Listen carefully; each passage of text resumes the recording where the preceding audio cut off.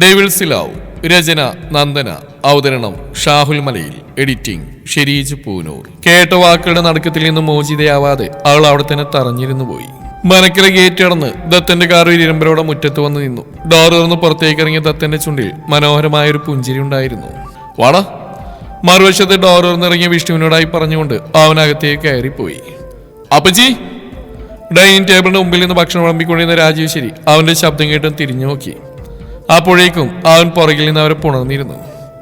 വിശക്കുന്ന അപ്പച്ചി, ഒരാനയെ തിന്നാനുള്ള വിശപ്പുണ്ട്. ആ ഒരു തോളിൽ താടി മുട്ടിച്ചുകൊണ്ട് അവൻ പറഞ്ഞതും അവർ തിരിഞ്ഞവനെ നോക്കി. അവന്റെ കണ്ണുകൾ കിച്ചന്റെ ഭാഗത്തേക്ക് നീങ്ങുന്നുണ്ടതും അവരുടെ ചുണ്ടിൽ പുഞ്ചിരി വിടർന്നു. അങ്ങോട്ടേക്ക് അധികം നോക്കേണ്ട, അവൾ അവിടെ ഇല്ല. ആ ഒരു സ്വകാര്യം പോലെ അവനോടായി പറഞ്ഞു. എവിടെ പോയി? അവനും സ്വകാര്യം പോലെ തന്നെ അവരോട് ചോദിച്ചു. അവളുടെ വീട്ടിലേക്ക്. കുഞ്ഞിനെ കണ്ടിട്ട് കുറച്ചായില്ലേ, പെട്ടെന്ന് വരാമെന്ന് പറഞ്ഞിട്ടാ പോയത്. ശേ. ആ ഒരു നിരാശയോടെ അവരിൽ നിന്ന് അകന്നു മാറി. അപ്പോഴേക്കും വിഷ്ണു അകത്തേക്ക് കയറി വന്നിരുന്നു. ആ, വിഷ്ണു ഉണ്ടായിരുന്നോ? ആബജി, ഇന്ന് ഇവന്റെ പെണ്ണിന്റെ കൈ കൊണ്ടുണ്ടാക്കിയ ഭക്ഷണം കഴിക്കണമെന്ന് പറഞ്ഞുകൊണ്ട് വരാൻ നേരത്തെ ഇവൻ എന്നെയും കൂട്ടി. വിഷ്ണു പറഞ്ഞുകൊണ്ട് മുന്നിൽ കിടന്ന ചെയർ വലിച്ചിട്ട് അതിലേക്ക് ഇരുന്നു. അപ്പോഴേക്കും മുറിയിൽ നിന്ന് രാജശേഖരനും ശ്രീദേവിയും പുറത്തേക്ക് ഇറങ്ങി വന്നിരുന്നു. ആ, നീ ഇന്ന് നേരത്തെ വന്നതെത്താ? അവനെ കണ്ടതും രാജശേഖരൻ ചോദിച്ചു. ആച്ചാ, ഇന്ന് ഓഫീസിൽ വർക്ക് കുറവായിരുന്നു, അതുകൊണ്ട് നേരത്തെ ഇറങ്ങി. രാജശേഖരന്റെ ചോദ്യത്തിനൊന്നും പതിരെങ്കിലും അവൻ മറുപടി പറഞ്ഞു. അപ്പോഴാണ് തൊട്ടടുത്തിരിക്കുന്നവന്റെ ആക്കിച്ചിരി കാണുന്നത്. പല്ലിയടിച്ചുകൊണ്ട് അവനെ ഒന്ന് കൂർപ്പിച്ച് നോക്കിയതും അവൻ തിരികെ ഒന്ന് വിളിച്ച് കാണിച്ചു കൊടുത്തു. എന്താടാ പുല്ലേ? ഏയ് ഒന്നുമില്ല, ഓഫീസിലെ പെൻഡിങ് വർക്കുകളും തീർക്കാൻ പൊന്നവും ഭാര്യ ഉണ്ടാക്കാൻ ഭക്ഷണം കഴിക്കാൻ ഓടി വന്നാണെന്ന് അറിഞ്ഞാലുള്ള അങ്കിളുടെ അവസ്ഥയോർത്ത് ചിരിച്ചു പോയതാ. ആ, അവൻ പറഞ്ഞു കഴിയും മുന്നേ ദത്തൻ അവന്റെ കാലിൽ അമർത്തി ചവിട്ടി കൊടുത്തു. ആ, എന്താ വിഷ്ണു? ഏയ് ഒന്നില്ലെങ്കിൽ കാലി ടേബിളിന്റെ കോളിലൊന്നും കൊണ്ടതാ. രാജശേഖരൻ ചോദിച്ചു. ആ ദത്തനെ ഒന്ന് കൂർപ്പിച്ചു നോക്കിക്കൊണ്ട് മറുപടി പറഞ്ഞു. കുറച്ചു മുന്നേ വിഷ്ണു വിളിച്ചു കാണിച്ച പോലെ ഇപ്പൊ ദത്തനെ അവർ നോക്കി അങ്ങ് വൃത്തിയായിട്ട് വിളിച്ചു കാണിച്ചു കൊടുത്തു. പന്നി, നിനക്ക് ഞാൻ വെച്ചിട്ടുണ്ട്. ഓ ആയിക്കോട്ടെ. ദത്തൻ അവരെ പുച്ഛിച്ചു. ഈ സമയങ്ങളൊക്കെയും ദത്തന്റെ മാറ്റം അത്ഭുതത്തോടെ നോക്കിക്കാണുകയായിരുന്നു ശ്രീദേവി. ഒരിക്കൽ പോലും അവനിങ്ങനെ കളിച്ചിരിയോടെ ഇരുന്ന് സംസാരിക്കുകയോ ഭക്ഷണം കഴിക്കുകയോ ചെയ്തിട്ടില്ലെന്ന് അവർ ഓർത്തു. ഇതിനെല്ലാം കാരണം തനുവാണെന്ന് അറിയാമെങ്കിലും അതവർ മനഃപൂർവ്വം അവഗണിക്കുകയാണ് ചെയ്ത്. ഇനി എന്തൊക്കെ ചെയ്താലും തനുവിനെ ഒരിക്കലും തന്റെ മരുമകളായിട്ട് അംഗീകരിക്കില്ലെന്ന് അവർ മനസ്സിനെ പറഞ്ഞു പഠിപ്പിച്ചുകൊണ്ടിരുന്നു. അപ്പോഴേക്കും രാജേശ്വരി അവരുടെ മുന്നിലേക്ക് പ്ലേറ്റ് എടുത്ത് വെച്ചുകൊണ്ട് ഭക്ഷണം വിളമ്പാൻ തുടങ്ങി. ഇതെന്താ പച്ചി, ചീരത്തോരനില്ലേ? ഞാൻ പറഞ്ഞിരുന്നാണല്ലോ ആ ഉണ്ടാക്കണമെന്ന്. ടേബിളിൽ നിരത്തി വെച്ചിരിക്കുന്ന കറികൾ ആകെ മൊത്തം നോക്കിക്കൊണ്ട് അവർ ചോദിച്ചു. രാജേശ്വരിയുടെ കണ്ണുകൾ ശ്രീദേവിയുടെ നേർക്ക് നീണ്ടു. അത് പിന്നെ അത് ഉണ്ടാക്കിയപ്പോൾ കുറച്ച് കരിഞ്ഞു പോയി, അതുകൊണ്ട് ഞാനതെടുത്ത് കളഞ്ഞു. രാജേശ്വരിയുടെ നോട്ടത്തിന് മറുപടി എന്ന പോലെ അവർ പറഞ്ഞു. വാട്ട്? കളഞ്ഞു എന്നോ? അതിന് ഞാൻ അമ്മയോടെല്ലാവരും ഉണ്ടാക്കാൻ പറഞ്ഞ്? അവർ പറഞ്ഞു കേട്ട് ദത്തൻ ദേഷ്യത്തോടെ ചോദിച്ചു. അതിനവർ മറുപടി അറിയാതെ മുഖം കുനിച്ചിരുന്നുകൊണ്ട് ഭക്ഷണം കഴിക്കാൻ തുടങ്ങി. അടുത്ത നിമിഷം അവന്റെ നോട്ട് രാജേശ്വരിയുടെ നേർക്ക് നീണ്ടു. അത് തനിമോള് ഭക്ഷണം ഉണ്ടാക്കാൻ കിച്ചണിലേക്ക് വന്ന അപ്പോഴാണ് നിനക്കുള്ള ഭക്ഷണം ഏടത്തി ഉണ്ടായിക്കോളാം എന്ന് പറഞ്ഞുകൊണ്ട് ഏടത്തി അങ്ങോട്ട് വന്ന് തനുവിനെ മാറ്റി നിർത്തിയേ. അവന്റെ നോട്ടത്തിന് അർത്ഥം മനസ്സിലായതുപോലെ അവർ പറഞ്ഞു. അതെന്തിനാ അമ്മ അങ്ങനെ ഇത്? ശ്രീദേവിക്ക് തനുവിനോടുള്ള ദേഷ്യം അറിയാമെങ്കിലും അത് പുറമേ കാണിക്കാതെ അവൻ ഗൗരവത്തോടെ ചോദിച്ചു. അവള് നിനക്ക് വേണ്ടി ഭക്ഷണം ഉണ്ടാക്കുന്ന എനിക്ക് ഇഷ്ടമല്ല, അതുകൊണ്ടാ ഞാൻ അവളെ മാറ്റി നിർത്തിയേ. കാരണം? അവർ പറഞ്ഞു കഴിഞ്ഞതും അവൻ കൂർത്ത മുഖത്തോടെ ചോദിച്ചു. എനിക്ക് ഇഷ്ടമല്ല, അത്ര തന്നെ. അവന്റെ ആ ചോദ്യം ചെയ്യൽ ഇഷ്ടപ്പെടാത്ത പോലെ അവർ മറുപടി പറഞ്ഞു. എങ്കിൽ ആ ഇഷ്ടക്കേട് അമ്മയൊക്കെ മാറ്റിവെച്ചേക്ക്. ഇനി ജീവിതകാലം മുഴുവൻ എനിക്ക് ഭക്ഷണം ഉണ്ടാക്കി തരുന്നു എന്റെ കാര്യങ്ങളെല്ലാം നോക്കുന്ന അവൾ തന്നെയായിരിക്കും. കാരണം അവൾ ഈ ദത്തന്റെ ഭാര്യയാണ്. അവര് നോക്കി ദേഷ്യത്തോടെ അത്രയും പറഞ്ഞുകൊണ്ട് അവൻ ചെയർ വലിച്ചു മാറ്റി എഴുന്നേറ്റ് മുകളിലേക്ക് കയറിപ്പോയി. അപ്പോഴേക്കും വിളമ്പി വെച്ച ഭക്ഷണം തട്ടിമാറ്റിക്കൊണ്ട് ശ്രീദേവിയും ചാടി എഴുന്നേറ്റ് തിരിഞ്ഞടന്നു. ദേവി! പിന്നിൽ നിന്ന് രാജശേഖരന്റെ വിളിയേട്ടെങ്കിലും അവരതിനെ പൂർണ്ണമായിട്ട് അവഗണിച്ചുകൊണ്ട് തന്റെ മുറിയിലേക്ക് പോയി. ഏട്ടനത് നോക്കണ്ട, വിശക്കുമ്പോൾ രണ്ടുപേരും തനിയെ വന്നിരുന്ന് കഴിച്ചോളൂ. ഏട്ടനിപ്പോൾ കഴിക്കാൻ നോക്ക്. ഡയബറ്റിക്കിന് മെഡിസിൻ എടുക്കുന്നവർക്ക് കൃത്യസമയത്ത് ഭക്ഷണം കഴിക്കണം. ശ്രീദേവി പോയ വഴിയെ നോക്കിയിരുന്ന രാജശേഖരനോടായി രാജേശ്വരി പറഞ്ഞു. അയാൾ ഒരു നെടുവീർപ്പോടെ ഭക്ഷണം കഴിക്കാൻ തുടങ്ങി. നീയും കഴിക്കണ. വിഷ്ണുവിന്റെ പ്ലേറ്റിലേക്ക് ഭക്ഷണം വിളമ്പിക്കൊണ്ട് രാജേശ്വരി പറഞ്ഞു. പിന്നെ അവനും വേറെ ആലോചിക്കാതെ കഴിക്കാൻ തുടങ്ങി. ഇരുവരും കഴിക്കുന്നു നോക്കിക്കൊണ്ടിരുന്ന രാജേശ്വരി ഒരു നെടുവീർപ്പോടെ ദത്തം പോയ വഴിയെ ഒന്ന് നോക്കി. രേവതിയുടെ നാവിൽ നിന്ന് കേട്ട വാക്കുകളുടെ ആഘാതത്തിൽ തകർന്നുപോയ തനു കണ്ണുകൾ പോലും ചിമ്മാ മറന്നുകൊണ്ട് ചുമലിൽ ചാരിയിരുന്നു. അവളുടെ കണ്ണുകൾ തന്റെ തൊട്ടുമുന്നിലായി മുട്ടുകാലിൽ മുഖാമർത്തി വെച്ചുകൊണ്ടിരിക്കുന്ന രേവതിയിൽ തന്നെ തറഞ്ഞു നിന്നു. അവരോട് എന്തൊക്കെയോ ചോദിക്കണമെന്ന് മനസ്സലറി വിളിക്കുന്നുണ്ടെങ്കിലും ഒരു വാക്ക് പോലും ഉരിയാടാൻ കഴിയാതെ അവൾ അതേ ഇരിപ്പ് തന്നെ ഇരുന്നു. ഇങ്ങോട്ട് വരുമ്പോൾ പോലും ഒരു ചെറു പ്രതീക്ഷ അവളിൽ ഉണ്ടായിരുന്നു. അതാണിപ്പോൾ തകർന്നു വീണത്. തന്റെ ചിറ്റയ്ക്ക് എങ്ങനെ ഇത്രയും ക്രൂരയാവാൻ കഴിഞ്ഞുവെന്ന് അവളുടെ മനസ്സ് അവളോട് തന്നെ ചോദിച്ചുകൊണ്ടിരുന്നു. ഒട്ടൊരു നിമിഷം കൂടി അങ്ങനെ ഇരുന്ന ശേഷം അവൾ കണ്ണുകൾ അമർത്തി തുടച്ചുകൊണ്ട് പതിയെ എഴുന്നേറ്റ് രേവതിയുടെ അരികിലേക്ക് ചെന്നു. ചിറ്റേ. അവരുടെ തോളിൽ കൈവച്ചുകൊണ്ട് അവൾ പതിയെ വിളിച്ചതും ഏതോ ഓർമ്മയിലെന്ന പോലെ ഇരുന്നവർ മുഖമുയർത്തി അവളെ നോക്കി. ചിറ്റപ്പ എന്താ എന്നോട് പറഞ്ഞെന്ന് ഓർമ്മയുണ്ടോ? സ്വന്തം കുഞ്ഞിനെ കൊന്നുകളഞ്ഞെന്നാ ചിറ്റപ്പ എന്റെ മുഖത്ത് നോക്കി പറഞ്ഞു. അവൾ അവരുടെ മുഖത്ത് നോക്കി കടുത്ത സ്വരത്തിൽ പറഞ്ഞു. അവരൊരു നിമിഷം അവൾ തന്നെ നോക്കി നിന്നു. ശേഷം അവരുടെ ചുണ്ടിലൊരു പുച്ഛച്ചിരി തെളിഞ്ഞു. ഞാൻ ചെയ്ത കാര്യം തന്നെയാ തനു നിന്നോട് തുറന്നു പറഞ്ഞ്. എന്റെ കുഞ്ഞ് മരിച്ച എന്റെ ഈ കൈകൾ കൊണ്ട് തന്നെയാ. എന്റെ വാക്കുകൾക്ക് മേലെയായി ഇതിൽ കൂടുതൽ ഇനി എന്ത് തെളിവാന്ന് എനിക്ക് വേണ്ട. ആൾ ഉറച്ച സ്വരത്തിൽ പറഞ്ഞു. അതുവരെ അവരുടെ തോളിൽ മുറുകിയുന്ന അവരുടെ കൈകൾ പതി അയഞ്ഞു. ആൾ ഞെട്ടലോടെ അവരുടെ അരികിൽ നിന്ന് 2 സ്റ്റെപ്പ് പിന്നിലേക്ക് മാറി. അപ്പോ അവർ ചിറ്റയെ കുറിച്ച് പറഞ്ഞൊക്കെ സത്യത്തിനെയായിരുന്നു? അത് ചോദിക്കുമ്പോൾ ലക്ഷ്മി ആന്റിയും വിഷ്ണുവും ദത്തനൊക്കെ മാറി മാറി അവളോട് പറഞ്ഞ രേവതിയുടെ ചതിയുടെ കഥ അവളുടെ മനസ്സിൽ തെളിഞ്ഞു വന്നു.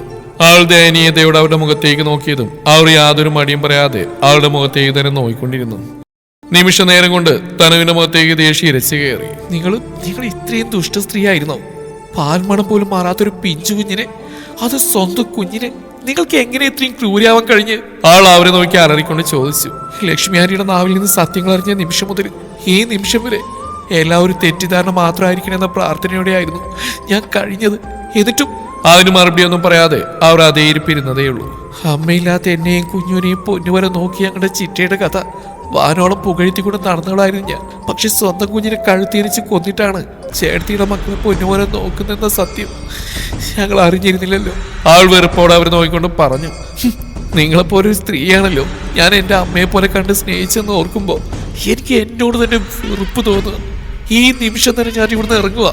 ഇനി ഒരു നിമിഷം പോലും നിങ്ങളുടെ മുഖം കാണാൻ ഞാൻ ആഗ്രഹിക്കുന്നില്ല. വർദ്ധിച്ച ദേഷ്യത്തോടെ അവർ നോക്കി അത്രയും വിളിച്ചു പറഞ്ഞ ശേഷം തിരിഞ്ഞു വാതിൽക്കിലേക്ക് നടക്കാൻ തുടങ്ങിയ തനു ഒരു നിമിഷം പിടിച്ചിട്ടിതുപോലെ നിന്നുപോയി. തങ്ങളുടെ സംസാരം മുഴുവൻ കേട്ട് പകപ്പോടെ നിൽക്കുന്ന കുഞ്ഞുവിനെ കണ്ട് ഒരു നിമിഷം എന്ത് ചെയ്യണമെന്നറിയാതെ തനു അങ്ങനെ തന്നെ നിന്നു. കുഞ്ഞു. സ്കൂൾ യൂണിഫോമിൽ തങ്ങൾ നോക്കി പകപ്പോടെ നിൽക്കുന്ന കുഞ്ഞുവിനെ കണ്ടതും തനു ഒരു നിമിഷം എന്ത് ചെയ്യണമെന്നറിയാതെ തറഞ്ഞു പോയി. ചേച്ചി. ആളോടി തനുവിന്റെ അരികിലേക്ക് അവളെ മുറുക്കെ കെട്ടിപ്പിടിച്ചു. ഒരു നിമിഷം അവളുടെ പ്രവൃത്തിയിൽ പകച്ചുപോയ തനു പെട്ടെന്ന് തന്നെ സ്വഭാവത്തിലെത്തിയതുപോലെ അവളെ തിരികെ പുണർന്നു. തന്റെ നെഞ്ചിൽ മുഖമമർത്തി നിൽക്കുന്ന അവളുടെ കണ്ണുനീർ തന്റെ ഹൃദയത്തിൽ വന്ന് പതിക്കുന്ന പോലെയാണ് അവൾക്ക് തോന്നിയത്. കുഞ്ഞു, എന്താ മോളെ ഇത്? എന്തിനാ നീ ഇങ്ങനെ കരയുന്നത്? ഈ സമയത്ത് അധികം ടെൻഷൻ അടിക്കാനോ ഇങ്ങനെ കരയാനൊന്നും പാടില്ലെന്ന് എനിക്കറിയില്ലേ? ആള് തന്നെ നെഞ്ചിൽ നടത്തി മാറ്റി ആളുടെ കവിളിലൂടെ ഒഴുകിയിറങ്ങിയ കണ്ണുനീർ പതിയെ തുടച്ചുകൊണ്ട് തനു പറഞ്ഞു. ചേച്ചി, ഞാൻ ചിറ്റ. ആൾ എന്തൊക്കെയോ പറയാൻ ശ്രമിച്ചെങ്കിലും വാക്കുകളൊന്നും പുറത്തേക്ക് വന്നിരുന്നില്ല. ഒന്നുമില്ലടാ, ഒന്നുമില്ല. ആള് ഓരോന്നും പറഞ്ഞ് ആശ്വസിപ്പിക്കുമ്പോഴും തനുവിന്റെ കത്തുന്ന കണ്ണുകൾ രേവതിയുടെ നേർക്ക് നീണ്ടിരുന്നു. ആൾ വേഗം എഴുന്നേറ്റ് കിച്ചണിലേക്ക് പോയി ഒരു ഗ്ലാസ്സിൽ കുറച്ച് വെള്ളം എടുത്തുകൊണ്ട് കുഞ്ഞുവിന്റെ അരികിലേക്ക് വന്നു. ദാ മോളെ, ഈ വെള്ളം കുടിക്കേ. ആൾ ആ ഗ്ലാസ് കുഞ്ഞുവിന്റെ ചുണ്ടിലേക്ക് മുട്ടിച്ചു. വല്ലാത്ത ദാഹം തോന്നിക്കൊണ്ട് തന്നെ ആൾ ആ വെള്ളം മുഴുവൻ കുടിച്ചു. ഒഴിഞ്ഞ ഗ്ലാസ് മേശപ്പുറത്തേക്ക് വെച്ച ശേഷം തനു കുഞ്ഞിന്റെ അരികിലേക്ക് ഇരുന്നുകൊണ്ട് അവളെ തന്നിലേക്ക് ചേർത്ത് പിടിച്ചു. മോളെ, ചേച്ചിയുടെ കുഞ്ഞ് വിഷമിക്കല്ലേ. ആളുടെ നെറുകിൽ തലോടിക്കൊണ്ട് തനു പതിഞ്ഞ സ്വരത്തിൽ പറഞ്ഞു. കുഞ്ഞൊരു ഏങ്ങലോട് അവളെ ചുറ്റിപ്പിടിച്ചു. എനിക്ക് വിശ്വസിക്കാൻ കഴിയുന്നില്ല ചേച്ചി. നമ്മുടെ ചിറ്റക്കൊരു കുഞ്ഞുവാവ ഉണ്ടായിരുന്നോ? എന്തിനാ ചിറ്റ ആ കുഞ്ഞുവാവയെ കൊന്ന്? ആൾ കരഞ്ഞോണ്ട് ചോദിച്ചു. അതിന് മറുപടിയൊന്നും പറയാതെ തനു അവളെ ചേർത്ത് പിടിച്ചതേയുള്ളൂ. അല്ലെങ്കിൽ തന്നെ അതിന് എന്ത് മറുപടിയാണ് പറയേണ്ടതെന്ന് ആൾക്ക് പോലും അറിയില്ലായിരുന്നു. അല്പസമയം കഴിഞ്ഞതിന് ശേഷം കുഞ്ഞു പതിയെ മുഖമുയർത്തി അവളെ നോക്കി. ആളുടെ മുഖഭാവത്തിൽ തന്നെ ആ കുഞ്ഞ് എന്തുമാത്രം വിഷമം അനുഭവിക്കുന്നുണ്ടെന്ന് തനുവിന് മനസ്സിലായി. ചേച്ചിയുടെ കുഞ്ഞെന്തിനാ വിഷമിക്കുന്നത്? മോൾക്ക് ചേച്ചിയില്ലേ? എല്ലാം ചേച്ചി നോക്കിക്കോളാം, മോളൊന്ന് ആലോചിക്കേണ്ട കേട്ടോ. ആൾ കുഞ്ഞിയുടെ ഇരുകവളിലൂടെ ഒഴുകിയിറങ്ങുന്ന കണ്ണുനീർ തുടച്ചു മാറ്റിക്കൊണ്ട് പറഞ്ഞു. അപ്പോഴേക്ക് അവൾ വീണ്ടും തനുവിന്റെ നെഞ്ചിലേക്ക് മുഖമമർത്തി കിടന്നു. ഏറെ നേരം അങ്ങനെ കിടന്നുകൊണ്ട് ആ കുഞ്ഞു പെണ്ണ് തന്റെ ചേച്ചിയുടെ നെഞ്ചിൽ ആശ്വാസം കണ്ടെത്തി. മനസ്സൊന്നും ശരിയായും തോന്നിയതും ആൾ പതിയെ എഴുന്നേറ്റ് തനുവിന്റെ മുഖത്തേക്ക് നോക്കി. എന്താ മോളെ? ആളുടെ മുഖത്തെ ദയനീയ ഭാവം കണ്ടതും തനു സംശയത്തോടെ ചോദിച്ചു. ചേച്ചി, ഇന്ന് ചേച്ചിയുടെ ജോലിസ്ഥലത്തേക്ക് തിരിച്ചു പോവോ? ആൾ പതിഞ്ഞ സ്വരത്തിൽ ചോദിച്ചു. തനുവിന്റെ മുഖത്ത് അവളോടുള്ള വാത്സല്യം നിറഞ്ഞു. അതോടൊപ്പം താനും ചിറ്റയുമായി സംസാരിച്ചതിന്റെ പകുതി മാത്രമേ അവൾ കേട്ടിട്ടുള്ളൂ എന്ന് അവൾക്ക് മനസ്സിലായി. തന്നെയും ദത്തിന്റെയും കാര്യം അവൾ അറിഞ്ഞിട്ടില്ല. എങ്കിൽ അത് അങ്ങനെ തന്നെ ഇരുന്നോട്ടെ എന്ന് അവൾ മനസ്സിൽ കരുതി. ഒന്നും മിണ്ടാതെ തന്നെ അവൾ ആ കുഞ്ഞിനെ തന്നെ നെഞ്ചിലേക്ക് ചേർത്ത് പിടിച്ചു. ഒരിക്കലും വിട്ടിട്ട് പോയില്ലെന്ന പോലെ.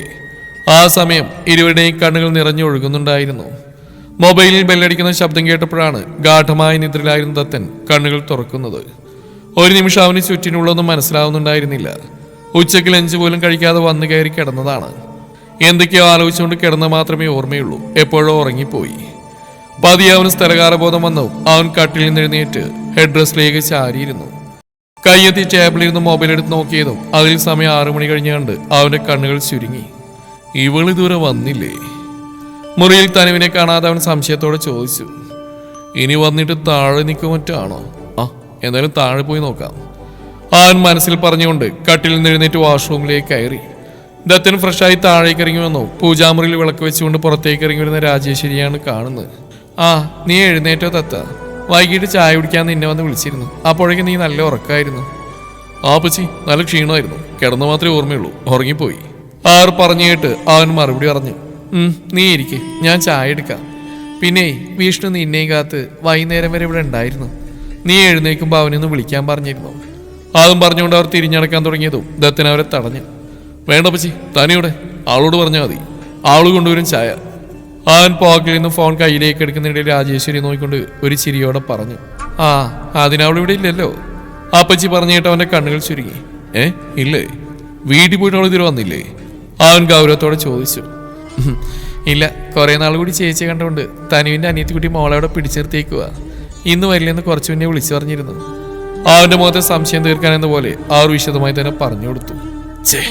അത് കേട്ടതും അവന് വല്ലാത്ത ദേഷ്യവും വിഷമമൊക്കെ തോന്നി. ഇന്ന ദിവസം അവളെ നിന്ന് കാണാൻ പോലും കിട്ടിയിട്ടില്ല. ഉച്ചക്ക് അവളെ നിന്ന് കാണാനും അവളുടെ കൈകൊണ്ടുണ്ടാക്കിയ ഭക്ഷണം കഴിക്കാനും വേണ്ടിയാണ് ഓടി വന്നത്. എന്നിട്ട് അതൊന്നും നടന്നില്ല. ഇനി അവളൊന്ന് കാണാൻ കിട്ടിയില്ലെങ്കിൽ തനിക്ക് ഭ്രാന്ത് പിടിക്കുവാൻ തോന്നിയതും അവനൊന്നും മിണ്ടാതെ കീ സ്റ്റാൻഡിൽ വെച്ചിരുന്ന കാറിന്റെ കീയും എടുത്തുകൊണ്ട് വേഗം പുറത്തേക്ക് ഇറങ്ങി. ദത്ത, നീ ഇത് എങ്ങോട്ടാ? ഒന്നും മിണ്ടാതെ പുറത്തേക്ക് ഇറങ്ങി പോകുന്ന ദത്തനെ കണ്ടതും അവർ പകപ്പോടെ ചോദിച്ചു. എന്നാൽ അതിന് മറുപടിയൊന്നും പറയാതെ അവൻ കാറിൽ കയറി അതിവേഗം പുറത്തേക്ക് പായിച്ചു. ഈ ചെക്കൻ്റെ ഒരു കാര്യം. അവന്റെ പോക്കേണ്ടതും അവരൊരു പുഞ്ചിരിയോടെ പിറുപിറുത്തു. തനുവിന്റെ നെഞ്ചിൽ മുഖമർത്തി കിടന്നിരുന്ന കുഞ്ഞു ഏറെ നേരം കഴിഞ്ഞതും പതിയെ കണ്ണുകൾ തുറന്നു. നാളുകൾക്ക് ശേഷം തന്റെ ചേച്ചിയുടെ നെഞ്ചോരം ചേർന്നിരിക്കാൻ സാധിച്ചതിൽ ആൾക്ക് അതിയായ സന്തോഷം തോന്നി. എങ്കിലും ചിറ്റയുടെ കാര്യങ്ങൾ ഓർത്തും അവളുടെ മുഖത്ത് സങ്കടം ഇരച്ചെത്തി. അവൾ കണ്ണുകൾ ഉയർത്തി തനുവിന്റെ മുഖത്തേക്ക് നോക്കി. കണ്ണുകൾ അടച്ച് ഹെഡ്ഡ്രസ്സിലേക്ക് ചാരിയിരുന്നുറങ്ങുന്ന തന്റെ ചേച്ചിയുടെ മുഖത്തേക്ക് അവൾ ഒരുപാട് സ്നേഹത്തോടെ നോക്കിയിരുന്നു. പെട്ടെന്ന് എന്തോ കണ്ടെന്ന പോലെ അവളുടെ കണ്ണുകൾ ചുരുങ്ങി. മുഖത്ത് സംശയം നിറഞ്ഞു. ചേച്ചി? അവൾ വിറയലോടെ തനുവിനെ നീട്ടി വിളിച്ചു. കുഞ്ഞുവിന്റെ ശബ്ദം കേട്ടതും ചെറുമയക്കത്തിലായിരുന്നു തനു പതിയെ കണ്ണുകൾ തുറന്നു. ശേഷം മുഖം തിരിച്ചു നോക്കിയതും തന്റെ മുഖത്തേക്ക് തന്നെ സൂക്ഷിച്ച് നോക്കിക്കൊണ്ടിരിക്കുന്ന കുഞ്ഞുവിനെ കണ്ട് അവളുടെ നെറ്റി വിളിഞ്ഞു. അവൾ സംശയത്തോടെ കുഞ്ഞുവിനെ നോക്കി. എന്താ കുഞ്ഞു? പെട്ടെന്നുണ്ടായ അവളുടെ ഭാവമാറ്റം എന്തുകൊണ്ടാണെന്നറിയാതെ തനു സംശയത്തോടെ ചോദിച്ചു. അത് ചേച്ചിയുടെ നെറ്റിയില്. അവൾ തനുവിന്റെ നെറുകയിൽ തൊട്ടിരുന്ന സിന്ദൂരത്തിലേക്ക് കൈ ചൂണ്ടിക്കൊണ്ട് പറഞ്ഞു. പെട്ടെന്ന് അവൾ കൈ നീട്ടി തനുവിന്റെ സാരിക്കിടലായി കിടന്ന മാല വലിച്ച് പുറത്തേക്ക് ഇട്ടു. ഒരു നിമിഷം അവളുടെ കണ്ണുകൾ അതിന്റെ അറ്റത്തായി കിടക്കുന്ന കുഞ്ഞാലിലെ താലിൽ തറച്ചതും അവൾ അത്ഭുതത്തോടെ തനുവിന്റെ മുഖത്തേക്ക് നോക്കി. സത്യത്തിൽ ആ നിമിഷമാണ് തനു അതിനെക്കുറിച്ച് ചിന്തിക്കുന്നത്. ദത്തന്റെ താലി കഴുത്തിൽ വീണ ആ നിമിഷം മുതൽ മുടങ്ങാതെ തന്നെ നെറുകയിൽ സിന്ദൂരം ചാർത്തുന്നതാണ്. കുഞ്ഞുവിന്റെ മുമ്പിൽ വരുമ്പോഴൊക്കെയും മറക്കാതെ മറച്ചു പിടിക്കുകയും ചെയ്യാറുണ്ട്. പക്ഷെ ഇന്ന് മാത്രം മറന്നുപോയി. രേവതിയോട് സംസാരിച്ച് സത്യങ്ങൾ അറിയാനുള്ള ആകാംക്ഷയിൽ നെറുകയിലെ സിന്ദൂരവും താലിയും മറച്ചു പിടിക്കാൻ അവൾ മറന്നിരുന്നു. തനു ഒന്ന് കണ്ണുകൾ മുറുക്കി അടച്ച് തുറന്നു. എന്താ ചേച്ചി ഇത്? ചേച്ചിയുടെ കല്യാണം കഴിഞ്ഞോ? കുഞ്ഞു അത്ഭുതത്തോടെ ചോദിച്ചു. തനു എന്തു പറയണമെന്നറിയാതെ നിന്നുപോയി. അത് മോളെ ഞാൻ... ആളെന്തോ പറയാൻ തുടങ്ങിയതും കുഞ്ഞാളുടെ കയ്യിൽ മുറുകെ പിടിച്ചു.